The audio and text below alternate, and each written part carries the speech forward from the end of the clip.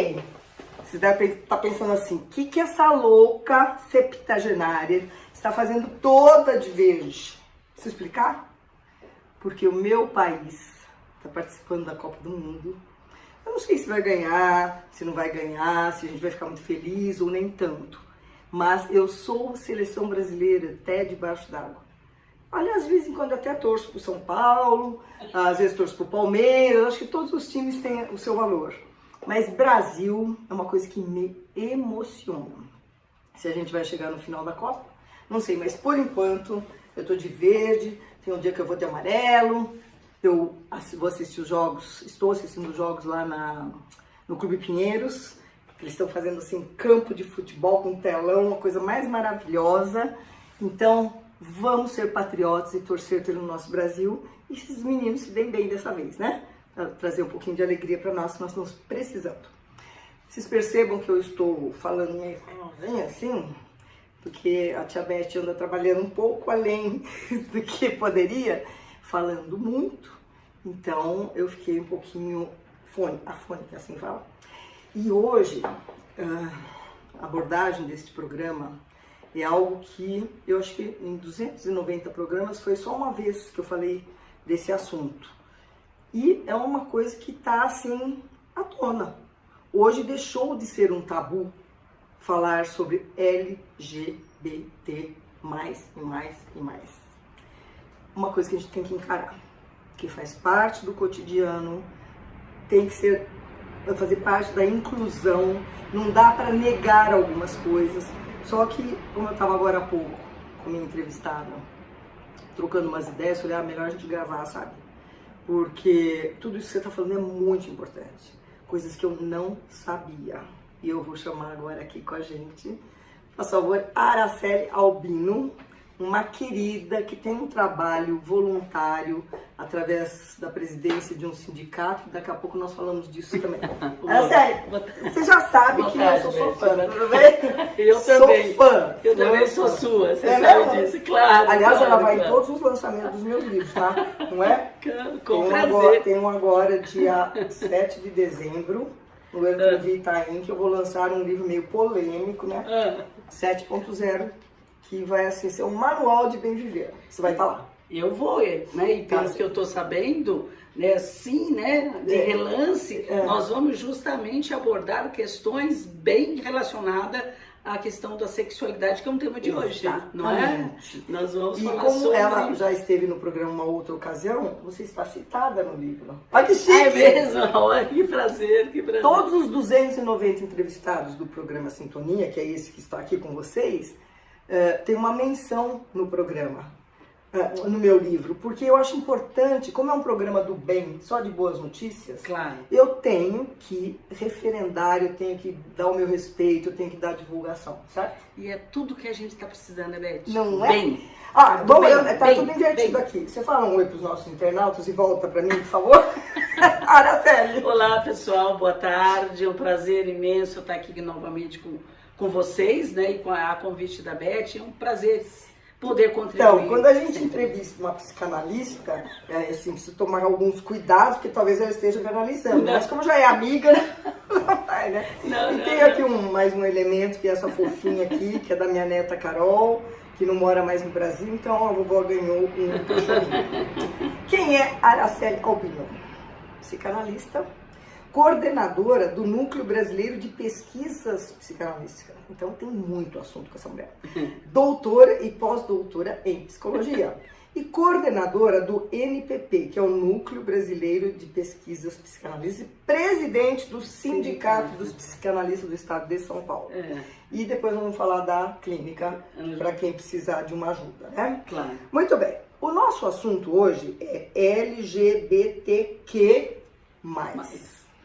E toda a sua abrangência. Não vai dar para abranger tudo, mas ela vai falar o que for possível, não é? Muito bem. Claro. Que conversa é essa de que sexualidade é constituída e independe da questão biológica? Explica para nós. Pois é, né? A gente tem uma ideia, né, que a sexualidade, ela é, a gente nasce com ela, né? E pela visão da psicanálise, até pelo cotidiano da vida, os exemplos da vida, a gente vê que a sexualidade, ela tem alguma coisa a mais que às vezes a gente nem sabe. A maioria das pessoas não tem esse conhecimento porque é uma visão, um conhecimento psicanalítico, né? Mas a vida nos mostra que ela não basta você nascer com órgão sexual masculino. Que define o sexo, homem ou mulher, menino ou menina, né? Nasceu então, assim. Nasceu assim. Não nasceu gay ou lésbico, não. Exatamente. Então, assim, se fosse a sexualidade fosse alguma coisa biológica, nós não teríamos todas essas questões. Nós não teríamos os que a mais, nem o L, nem o G. Exatamente, a gente não teria. Então todo mundo nasceria macho e fêmea, com as suas tendências, e era natural. A gente vê que a vida real não é assim. Então a gente nasce menino ou menina e fomos gerados por um casal. Por um casal, supostamente hétero. Ou não importa a forma que se tem de se engravidar, mas eu preciso de um gene de um masculino e um gene feminino. Claro. Então, e por que isso? Então, essa natureza desse sexo, Beth, ela é para manter a civilização. Então, o homem em si, enquanto um animal, né, tipo, então ele nasce, você vai ver, ele nasce, reproduz, ele copula, reproduz, tem seus filhotes e acabou. Não tem cachorro gay, tem. Pois né? A gente tenta transformar ele em humano. Então, qual é a questão? Nós também somos seres animais. Nós nascemos geneticamente com um órgão masculino e um órgão feminino. O que acontece nesse meio? Que a sexualidade vai por um viés não tão imensurável, pelo imensurável. Que são várias alternativas. Exatamente. Se fosse biológico, não deveria ser. Concorda? Concordo. Isso é uma realidade, isso é fato. Isso é fato. Essa tendência sexual, ela vai ser gerada a partir do nascimento, pelo ambiente. É isso que a psicanálise vê. Então, o sexo em si, masculino e feminino, nós somos seres instintuais, Beth. Instintuais? Instinto. Tem só dois instintos. O reprodutivo, que é o nosso lado animalesco, que a gente nasce com esse instinto reprodutivo, e a gente nasce com o agressivo, que é de defesa. São dois instintos para manter a conservação da espécie. Entendi. Então nós nascemos, na verdade, a nossa natureza é reproduzir e se defender, como esse animalzinho que está aqui. Mas o que ocorre nesse meio? Que a sexualidade ela vai por vários vieses, que não só para serviço da reprodução. Hoje em dia a gente sabe, né? O seu livro você deve estar falando nisso, porque hoje a gente não vai só copular para reproduzir. Sim. Tudo que a gente quer é a obtenção de um certo prazer, menos reprodução. Sim. Então chega uma idade que a gente fecha a fábrica e só tem parquinho de diversão, né? Não é? Então o que acontece com isso? Então, a psicanálise vai nos mostrar que esse instinto, ele é desnaturalizado. A gente vai se afastando do nosso instinto original e nós vamos ser um ser de desejo, não mais instintual. Mas isso é gerado por quê? Pelo meio ambiente apenas? Então, pelo nosso núcleo. Então, pelo que nós chamamos de psiquismo. O psiquismo, então nós temos o mental, que é a parte neurológica, nós temos o biológico, que é todo o nosso soma, e nós temos aquilo que o Freud vai chamar de campo psíquico, que vai dar o psicológico. Então, uma coisa muito interessante, porque o instinto agressivo só vira violência, ele não vai virar outra coisa. A gente não nasce com instinto de amor. É mesmo? Pois é, olha. Eu achei que era o contrário, que o instinto agressivo você iria adquirir. O ódio. E o amor é uma coisa inerente, não é mais assim? Nunca foi, na verdade. O ódio é o sentimento mais antigo do mundo. O amor, a gente não nasce com amor. Quando eu tenho um bebê, você já teve seus filhos, né? Ele só quer a satisfação dos seus buracos. Ela quer mamar, dormir e evacuar, ter suas necessidades. Então, e quando esse bebê não tem isso, ele não fica roxo de raiva, ele não chora. Ele não vai, ele não grita. Então esse gritar, olha que louco, esse gritar... É uma agressividade. É da agressividade. Então a gente já nasce com unha, certo? É o agressivo. Eu já nasço com um elemento que é o choro, que é o agressivo, chama a atenção que alguma coisa não tá legal pra mim. Entendi. Certo? E o amor? De onde vem? Se eu tenho só dois instintos. Eu tenho que mudar meus instintos. paradigmas, porque agora eu tô chocada. Então, é isso que a psicanálise mostra. A gente nasce com 2 órgãos sexual, a menina com vagina, o menino com pipi. Tá? Pode falar pênis, pinto, que puder. Mas como eu tô falando de menininho e menininha, pipi, tá pipizinho, bom. né? Muito bem. Acontece que nós temos uma tendência dos nossos impulsos a ser descarregado. Pra gente, igual bebê, mama e dorme, não é? É. Então, a tendência é que ele está em repouso. Quando que o sexual vai proporcionar para o ser humano uma descarga efetiva? Quando? Isso que você vai responder, porque eu vou ter que pensar muito. Percebe? Não. A gente nasce com os órgãos, mas é só um faz xixi. Ele não tem me dá ainda. prazer. Quando que ele vai poder os órgãos sexuais amadurecer e te dar prazer? Descarga. Tá, na idade adulta. Só quando eu estou, né, na pré-adolescência. Estimulado também. Estimulado por na si pré. mesmo. E também existe a produção dos esperma para que possa ter ejaculação, os hormônios para que a mulher possa ter o orgasmo. E não percebe quando tem um orgasmo bem, você deve falar no seu livro, um orgasmo completo, você não repousa, não tem uma descarga. Sim, sim.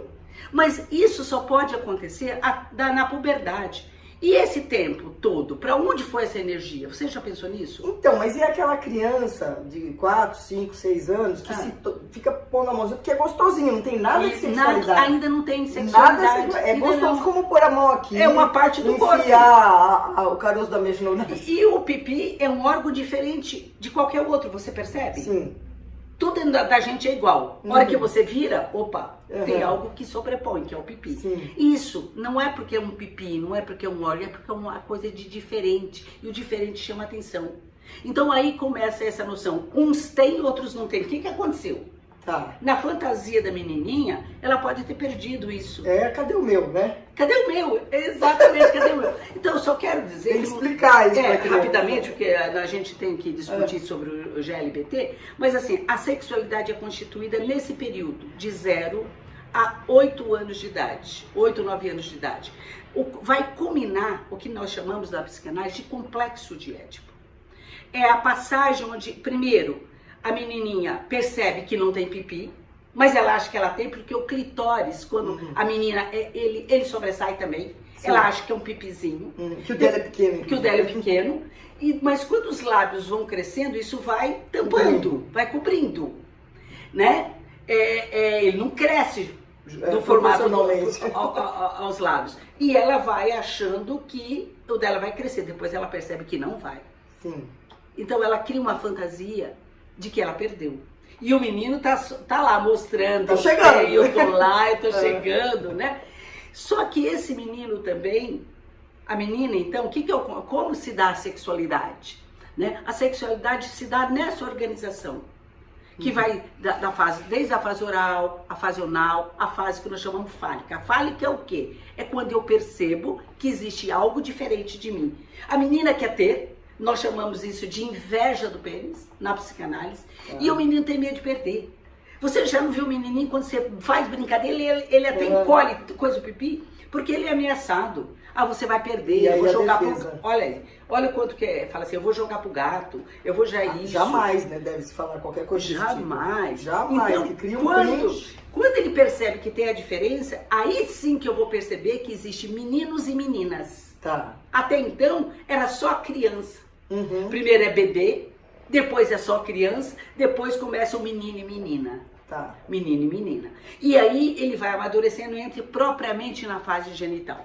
A fase genital, quando ele vai perceber que o faz xixi dele faz outra coisa também. Se ele pegar, fica durinho, né? Isso, vai ficar, porque é um músculo. Mas o menino faz isso, a menina... Gente, não tem a menor noção do canal vaginal. Nenhum. Tanto se você me permitir, claro. no livro, claro. eu comento o seguinte, que o menininho de 8, 9 anos que tá lá, trancado no banheiro, e a mãe, Joãozinho, sai daí! O pai fala, deixe, ele tá se descobrindo. A menina, se de noite tá na sala, pôs a mãozinha na calcinha, menina, tira a mão daí. Isso aí, não põe a mão aí. Então o que criou? O menino que tem que fazer rápido com o que ele estiver fazendo, porque senão ele vai deixar de ter prazer, né? E a menina que aquilo lá é sujo, então já criou. Sujo, não pode, é proibido. Precisa mudar essa mentalidade. Precisa ter uma educação com responsabilidade. Completamente. Tem que ter educação, mas tem que conversar com essa criança. E dizer que isso só ela não sabe a mão que ele estiver sozinho, não é pra ninguém pegar. Exatamente, mas ela tem que entender que ela parece com a mamãe e ele parece com o papai, que tem diferença. Mas assim, aí a gente entra muito nessa constituição da sexualidade, Beth, o que entra muito são a questão da ética e da moral. Tá. E a moral é influenciada por diversas culturas, pela religião, pela cultura de cada povo. Então você vê que a sexualidade do índio é totalmente diferente. Sim, em países que andam todo mundo pelado e não tem nenhuma eroticidade. Exatamente. Então, quanto que a crença, os valores éticos e morais, eles são passados para essa criança.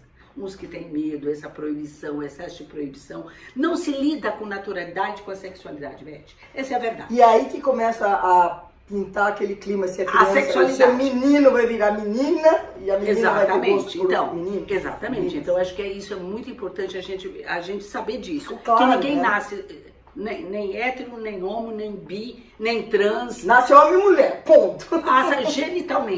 Genitalmente nasce isso. E à medida em que vai crescendo, ela vai constituindo uma sexualidade. Esse período que nós chamamos de diferença é fundamental. E quando a criança vai perceber que o faz xixi faz outra coisa. É quando ele começa a querer saber, ir pro quarto da mamãe, querer ouvir, querer ver. Quando ele começa a indagar sobre de onde vêm os bebês. Tá. Isso é é o start. É quando aí ele começa a perceber que existe alguma coisa a mais. E no final dos 8, 9 anos, quando ele passa nesse complexo de Édipo, nós vamos ganhar uma sexualidade. Nós vamos ganhar uma sexualidade. Que tipo pode ser? Hétero, homo ou bi, para Freud. Para Freud, nós todos somos bissexuais. Nós podemos ir pro hétero ou pro homo. Ou, agora, nós vamos chegar no que nós chamamos isso dos queers. Né? Que é a outra... Esse que então é queers. E o que quer dizer queer? A diversidade das várias possibilidades que a sexualidade tem. Então, isso é uma... Agora não, obrigada. Isso é uma teoria da Butler, né? Em que ela vai é uma filósofa que vai falar sobre essa gama de variedade da sexualidade. Então, Beth, a sexualidade não existe regra. Sexualidade não existe normal e anormal, existe errado ou certo, existe as possibilidades, aquilo que se consegue fazer. Eu acho que é muito importante também para todos que estão nos ouvindo e de saber que a sexualidade ela é constituída, não é pouca vergonha, não. E tem que respeitar, né? Porque a sexualidade, na verdade, é uma identidade. É desenvolver uma identidade. Nesse complexo de Édipo, o que tem? Que eles falam? Que nós chamamos que é mais comum. É um menino que vai se identificar com o pai. Para ele se identificar com o pai, esse pai tem que ser algo possível, algo que ele admire, algo que puxa a criança, alguém que vai brincar, que vai sair com ele, que amorosamente acolhe essa criança. Então ele vai tentar se transformar num homenzinho. Para quê? Para ter a mamãe, bem. Para conquistar a mãe. Para conquistar a mãe. Aí ele desenvolve... Chega até a ter ciúme do pai. Né? Nossa, é demais. Só quer a mãe, só quer lá. E o pai tem que ter paciência para trazer esse menino para si. E isso é muito também nas questões sociais, morais, dizer que tudo é culpa da mãe, não é não? Se o filho é gay, a mãe que molhou. É, a mãe que quis ele de menininha, né? É, não é bem assim. Logicamente que não é só isso, existe uma série de fatores, mas isso é fundamental.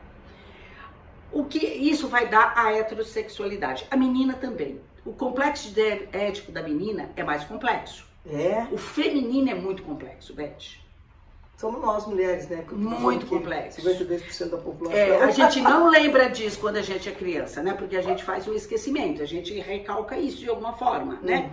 Mas é muito mais importante. A menina, primeiro, ela se identifica com a mãe. Mas a mãe, geralmente, se ela se identificar com a mãe, ela vai literalmente para a homossexualidade. Ah, é? Se ela desejar a mãe. Entendi. Tá? Então, chega um ponto que a mãe fala, eu não quero saber disso. Então, ela volta, a mãe quer, o que ela quer da mamãe? Ela quer pipi. Ela quer isso. Ela quer poder fazer xixi em pé igual meu irmãozinho. Ela quer poder andar pelada igual menino. E não pode.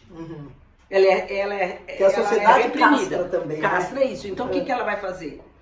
Ela repudia a mãe. Eu não quero ser igual a você. Aí ela volta pro pai. Tá. Só se ela se identificar com o pai, aí ela vai inverter, que a gente chama de édipo invertido. Porque ela se identifica com o pai, se acha que tem pipi e vai desejar o que o pai deseja, que é uma mulher. Então, pra gente ter uma sexualidade mais comum, mais natural, que é a heterossexualidade, ela tem que abandonar o pai e a mãe tem que estar. Vem pra cá, parece comigo, vem aqui, vamos lá, vamos fazer a uninha, vamos fazer isso. A mãe que tem que fornecer um campo saudável para essa menina querer ser igual a ela. Ser mulher então, e ter um homem. Isso já é Aí ela vai parecer com a mãe e desejar o que a mãe deseja, que é um homem. Aí nós temos aquilo que é mais comum, que a gente chama de heterossexualidade. A homossexualidade se inverte. A mãe não é um campo bom. Não é admirável. Ela vai disputar o pai com essa menina. Ela não vai enxergar essa menina como um menino, porque a menina pode ser uma ameaça para ela em relação ao pai, né? Então ela não vai. Então o pai, por sua vez, vai ser sedutor. Vai lá, vai prometer pipis e não dá, não tem jeito. Não tem como dar. Aí ela se identifica com o pai e vai desejar aquilo que o pai deseja, que é uma mulher. Aí nós temos a homossexualidade. O lesbianismo, né? E o L. Isso. O L é isso. E no caso do menino, como é que ele ficou? O menino, com a tendência? o pai não é admirável, o pai não é algo que ele quer identificar, ele se parece com a mãe, que geralmente quando tem um pai violento, alguma coisa, a mãe protege mais, não protege? É natural, é da cria. Sim. Quando alguém não tem carinho de lá, o pai absorve essa menina. Quando esse pai não absorve esse menino, a mãe absorve esse menino, ela se identifica com a mãe. E aí cria a homossexualidade. E a bissexualidade significa as nossas possibilidades. Que eu posso ir por um lado e por outro. Isso que é a Constituição. Entendi. Então eu quero lembrar você que gay, lésbica, não nasce no fundo de quintal, né, Beth? Não nasce no fundo de quintal, Não nasce do repolho. De onde vem isso? Vem de lares, vem de ambientes supostamente heterossexuais, gente. Sim, porque nós só nascemos de um então, óvulo e de um esperma. Eu acho que só isso, Beth, seria um motivo mais do que suficiente para que as pessoas pudessem olhar para essas pessoas minimamente com respeito. Porque elas não é porque elas querem. Sim. E é muito difícil lidar com isso. A gente escuta a dor dessas pessoas no nosso consultório. Porque elas não podem assumir porque não são aceitas. Não, elas desejam isso, mas socialmente vão ser repudiadas, vão ser... E tem inclusive pesquisa que mostram que os trans... o trans eles assim, têm pouco tempo de vida, né? Não são aceitos pela família, tem que sair de casa e às vezes acontece uma violência e eles estão fora. Isso que eu falei, hétero, homo e bi, era o que era mais comum. Sempre houve. Desde que o mundo é mundo. Nossa, a gente vira a Grécia, Roma Antiga, tudo. Tudo, desde que o mundo é mundo. Isso existe. O trans, né? O trisal, o trans. Nossa, fala uns nomes que eu nunca ouvi falar. Trans significa que ele não se identifica com o seu gênero. Tá. Eu, um homem, não me enxergo no corpo de homem. Não se vê homem. Não se vê homem. Psicologicamente, ele é uma mulher. Aquele corpo passa a incomodar muito, Beth. Ele não se vê. Uhum. Eu trato de pessoas que falam assim, eu não posso ver meu pênis. Nossa, eu quero, idiota, agora é uma arrepiei, dor, assim, deve ter uma dor. Ou a própria menina que não quer ter peito. Não quer ter peito. Quando vai nascer, ela não se enxerga. Ela tapa, né? Percebe que é uma questão de identidade, nossa, ela não se identifica agora. como... Então isso a gente chama trans, é o transgênero. Tá. É aquele que não se identifica com o seu sexo biológico. E nós temos o cis. Como? Cisgênero. Né? É aquele que se identifica com o seu sexo, eu, uma mulher, me sinto uma mulher, mas desejo uma mulher. Cisgênero. Cisgênero. Entendi. E eu vou escolher. Porque nesse trans, muitas vezes, existe trabalhos públicos, serviço público no hospital, nas clínicas, né? Tem um serviço que atende os trans, que é um sofrimento imenso isso, né? Em que a gente começa a trabalhar com essa criança desde pequenininho, que ele já não se vê naquele corpo, ele já não se vê. Desde pequenininho? Desde pequenininho, ele já não... Então, ele quer pôr a roupa da irmã? Ele quer pôr a roupa, ele não se vê, ele é o cabelinho, a menina e o menino também, né? Então, o que eu tenho que tratar? Vai trabalhando psicologicamente para ver se mas não vai forçar ele a assumir que é esse menino. Não, vai trabalhar psicologicamente para ele chegar na puberdade. Para ele ter aceitação. Aceitação, eu sou isso, eu sou aquilo. Né? Entendi. Então, tem um trabalho muito interessante lá, né? Que trabalha psicologicamente, é uma equipe multidisciplinar. Aonde é isso? No Hospital das Clínicas. Olha que interessante, a gente desconhece algumas coisas, né? Tem o PROSEC, são 2 programas, né? O PROSEC é isso, né? Vai a receber essas pessoas. Então, o trans, muitas vezes, um homem, quer ser uma mulher, certo? Então, ele faz todo o processo hormonal. As cirurgias hoje no Brasil ainda é muito cuidadosa, muito restrita. Então, ele vai tomar hormônio e ele se masculiniza. Ele pode, afetivamente, gostar de uma mulher ou pode gostar de um homem. Ele pode ser homossexual. Olha, mesmo depois que ele transmutou. Exatamente. Aí, porque o que mais, hein? São infinitas possibilidades. Uma questão é o corpo, eu não me vejo nesse corpo, ou eu estou nesse corpo. Agora, eu nesse corpo desejo uma mulher ou um homem. Ele pode ir para hétero ou para homossexualidade. Eu acho que a busca, o objetivo é que a pessoa se sinta pleno dentro daquilo que ela tem de sexualidade. Porque passar uma vida infeliz por causa da sua preferência, não é o que cruel, busca, né? É cruel, então a gente tem que procurar mesmo, né? Mas você entendeu isso? O cis, não, ele se identifica com isso. Você já falou que isso define a pessoa, né? Não, você percebe que é uma questão de identidade, não é de genitalidade. Por que a sexualidade é vista como algo que define uma pessoa? Exatamente por isso que você está falando. Então, a gente não pode considerar um ser humano, uma pessoa... Desculpa, posso falar palavrão? Pode falar o que quiser aqui, fala. Então, a gente não é uma pessoa, um sujeito por aquilo que a gente tem no meio das pernas, né? Não é. Hã? É como eu ouvi uma vez. Não é, né? Você é homossexual?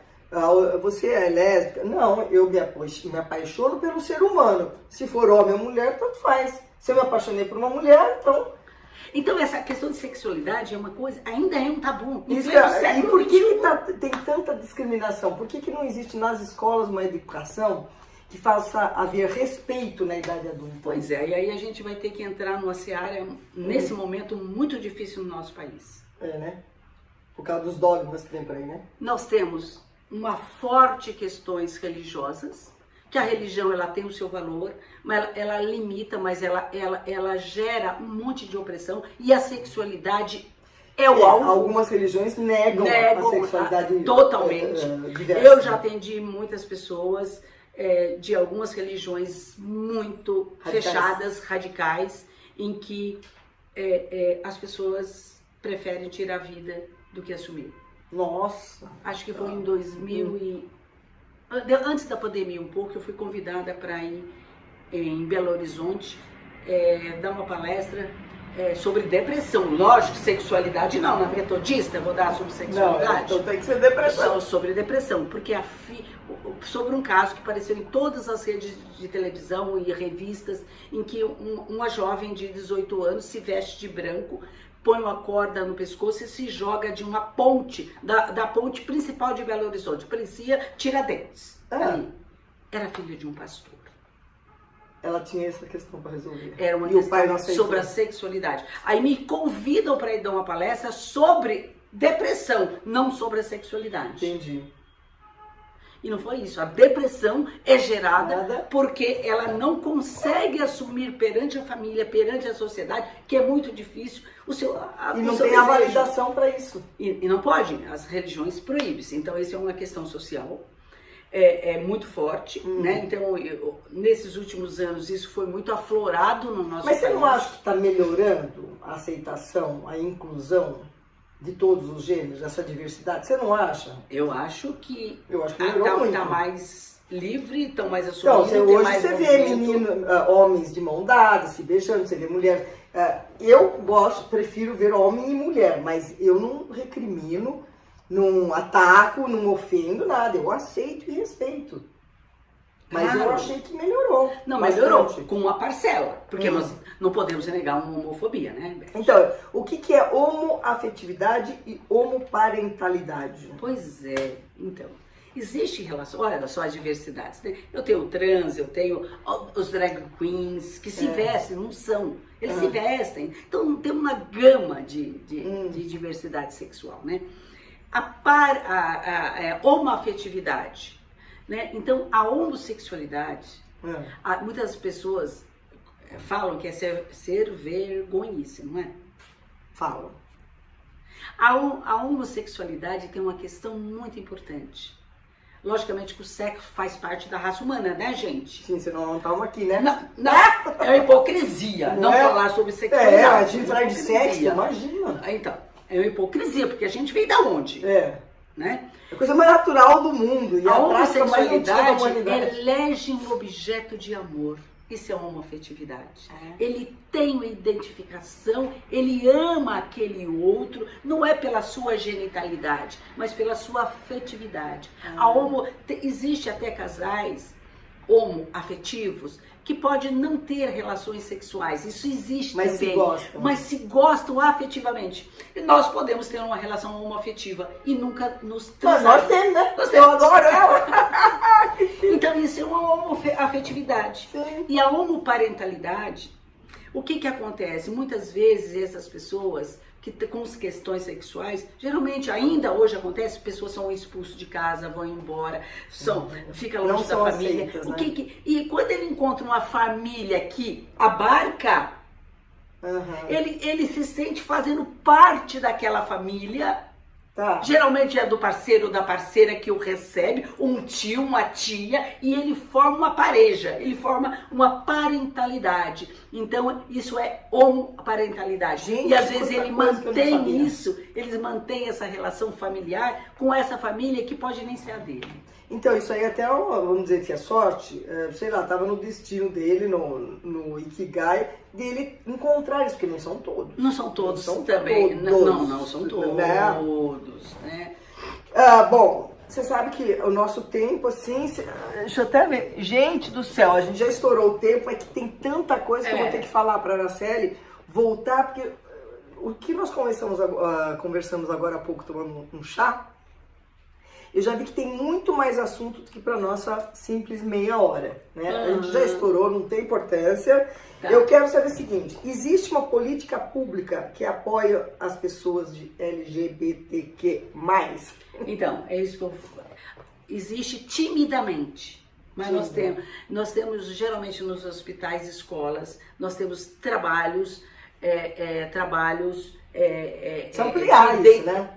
De identidade de gênero, que vai trabalhar isso, né? E psicologicamente, nós temos a nossa clínica, que a gente também recebe essas pessoas, a gente também trata. Agora eu quero dar como que chama? Utilidade pública. Existe uma clínica Ana Joaquina. Joaquina. Né? O que ela faz? Conta, você sabe? O Sindicato dos Psicanalistas do Estado de São Paulo, né, desenvolveu uma clínica, né, de atendimento psicanalítico. Você sabe que o tratamento psicanalítico, os processos terapêuticos são caros.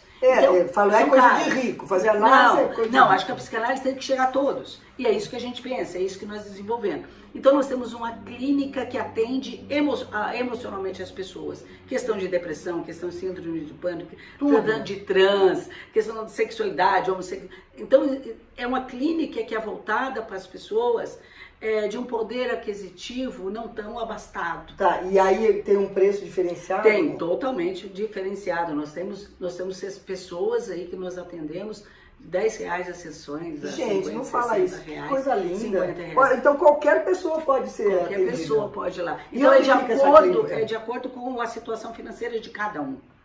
Quanto você pode pagar?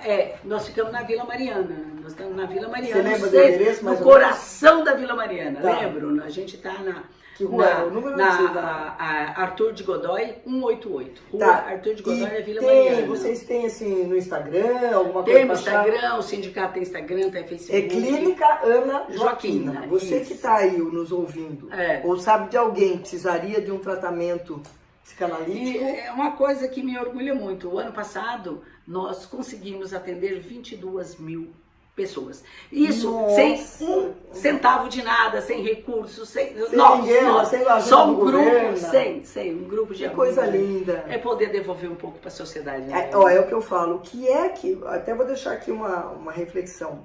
O universo nos dá tanto, né, Araceli? Olha aqui, olha onde nós estamos, a abundância que nós temos aqui. Quanto de pele eu tenho, quanto de cabelo eu tenho. Nós vivemos uma abundância, sendo que o ser humano acha que porque não tem dinheiro no banco, não tem abundância.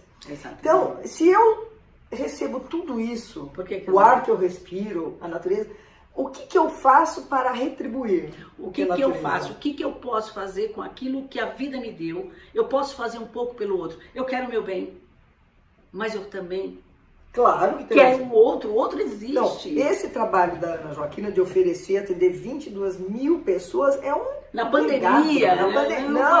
Maravilha. Então, vai aparecer o número da clínica e vocês podem ligar. Fala com quem atender, né? Claro. Pode ser atendido. É a Vânia tá lá. Posso falar, gente? Fazer terapia é uma das melhores coisas do mundo. Porque você pode chorar, você pode falar o que você pensar, você pode se virar do avesso e a pessoa não vai te julgar. O que você não conta pra ninguém, sei lá, você conta. Então, é eu queria até deixar né? aqui o meu agradecimento e a minha saudade para a Arminda Martins, que com ela eu fiz acho que 4 anos de psicanálise, só que eu tinha uma questão, eu não deitava, tá, gente? Porque eu sou rebelde, eu ficava só sentada e ela falava, deita! Não deito. Mas, enfim, ela me preparou muito para um momento de virada da minha vida, quando o meu ex chegou e falou, acho que o casamento acabou, eu tô indo embora. Eu falei, é? Você vai ser feliz? Eu tava tão preparado com uns 4 anos de psicanálise que eu tinha feito, que eu aceitei aquilo como assim, um livramento e sem revolta, sem chorar, abençoando, cara. Então, realmente, se você tiver a oportunidade de fazer uma terapiazinha ao longo da tua vida, faça. Não é? É uma mudança de vida, né? Para melhor. Para melhor. Dá uma mensagem aqui para os nossos internautas. O que eu acho que a palavra que cabe nesse momento tão difícil que nós estamos vivendo é que a gente possa retomar, Beth, que todos podemos retomar aquilo que é mais precioso na vida, que é a amorosidade, o respeito, a compreensão. Tá faltando muito hoje em dia. Eu acho que essa é a palavra. Empatia, né? Empatia, você poder... E o diferente não é ruim. É só diferente. Não tem certo e errado, tem diferente. Tem um diferente. E olhar ao outro como você gostaria de ser olhado. Exatamente. Né? Você imagina você não tendo um sentimento bom em relação a alguém, ou uma agressividade. Você queria isso pra você? Não. Né? Eu acho que é isso hoje, né? Amor, respeito ao outro, a sua identidade, a sua sexualidade, a sua cor, né? Nós somos um país que sempre fomos exaltados pela nossa diversidade. Nós temos que retomar isso. Temos que retomar. E eu nem vou te perguntar sobre missão, porque quando você fala que você, através da clínica Ana Joaquina, vocês atenderam 22 mil pessoas, seria uma redundância que você fosse falar o que é a sua missão. Tá na cara qual que é a sua missão. Então assim, ó, eu vou dar um tempinho e ela vai voltar o ano que vem, porque tem muita coisa para desenvolver.